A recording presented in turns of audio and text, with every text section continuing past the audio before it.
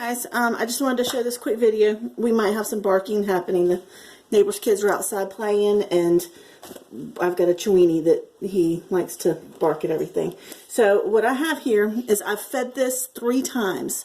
So far we've fed 3 times, and each time I do it with the weighing of it to make sure I keep everything balanced.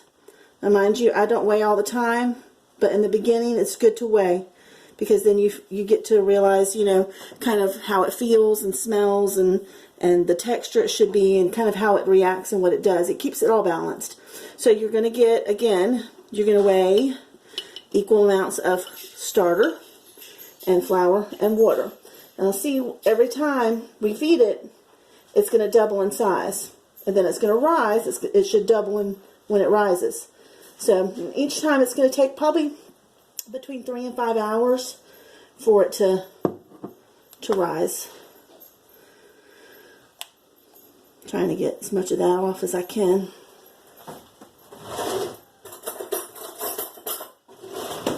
So I'm thinking that after this feed we might have enough to go ahead and bake maybe. So, alright, so what do we, oh, shoot. I think my battery just went dead. No, here we go. Alright, so I know I'm weighing the container here too. So it's 3.7. I'm gonna call this 3.5. So, because of the container. But you always want to zero it out while your container's on there. Oh, and then I started. So you go ahead and zero it out again. And I'm going to do 3.5. And it doesn't matter. It doesn't have to be exact every time. It can be 3.2 or 3.1. It doesn't have to be exactly 3.5. See, that's 3.6. All right, then I'm going to zero it out. And then,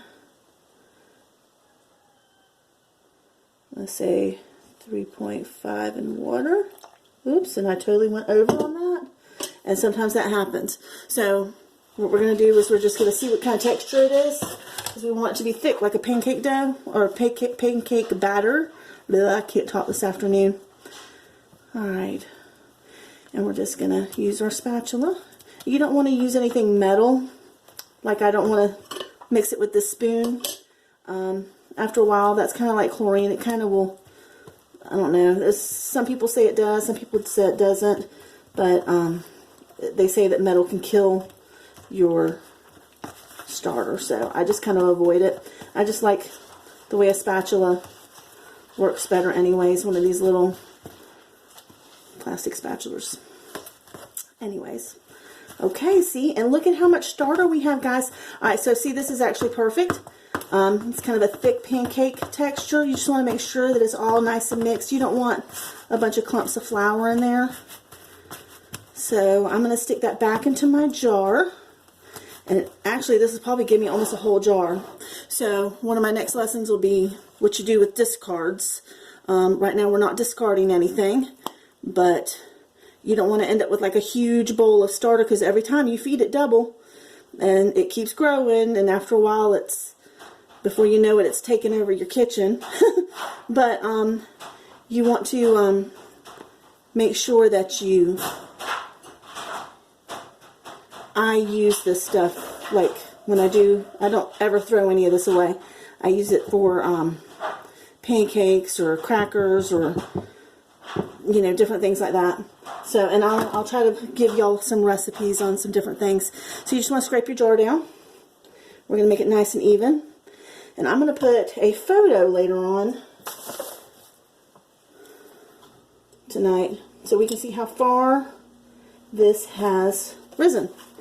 So, if for some reason you find yourself not able to tend to it, like say for example, you fed it today and then you're like, oh, I'm not going to be able to mess with it for another 2 days, you can put a lid on it and put it in the refrigerator.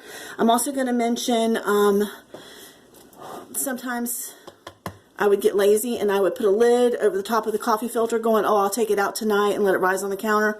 And then I would forget about it, or I would wait too long. And this will get moisture on it, and if it's closed in, it'll start to mold on the top with the coffee filter on it and the refrigerator. So you don't want that, because once you start growing mold in something like that, then that's trash. You have to throw it all away.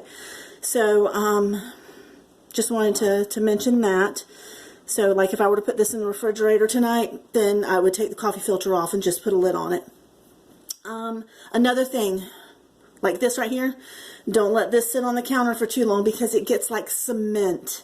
When I was a kid, we used to make flour and water paste, and we would make like cut out pictures in magazines and stuff like that.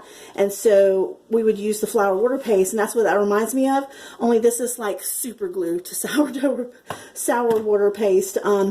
It's, oh my gosh, it's so hard to get off. So I immediately rinse this out and wash it up so that it doesn't stick. Let me see, anything else I can think of off the top of my mind? I'm thinking we'll have plenty to, actually that's enough to bake with, but it needs to be active because we just fed it, so we can't bake with it quite yet. But that's going to double in size, and then you'll have enough for your next batch. So we will, when I come back, this should rise up to, that's another thing, I love Sharpie markers on these jars because you can mark them and then they wash right off. So we're here, it should rise up to about there. It should double in size. So we'll see how that happens. And like I said, I'll put a picture on Facebook later on this evening and let you know if I'm going to use it to bake in the morning. So if I bake in the morning with it, I will definitely do a video and show you how to make your first loaf. Some of us are learning as we go, and others are going to get it later on. But I think, and I'm here for any questions. So I think that kind of covers what I wanted to tell you for today. So this is our 4th feeding of the flakes, and I'm hoping that we'll be able to bake with it tomorrow.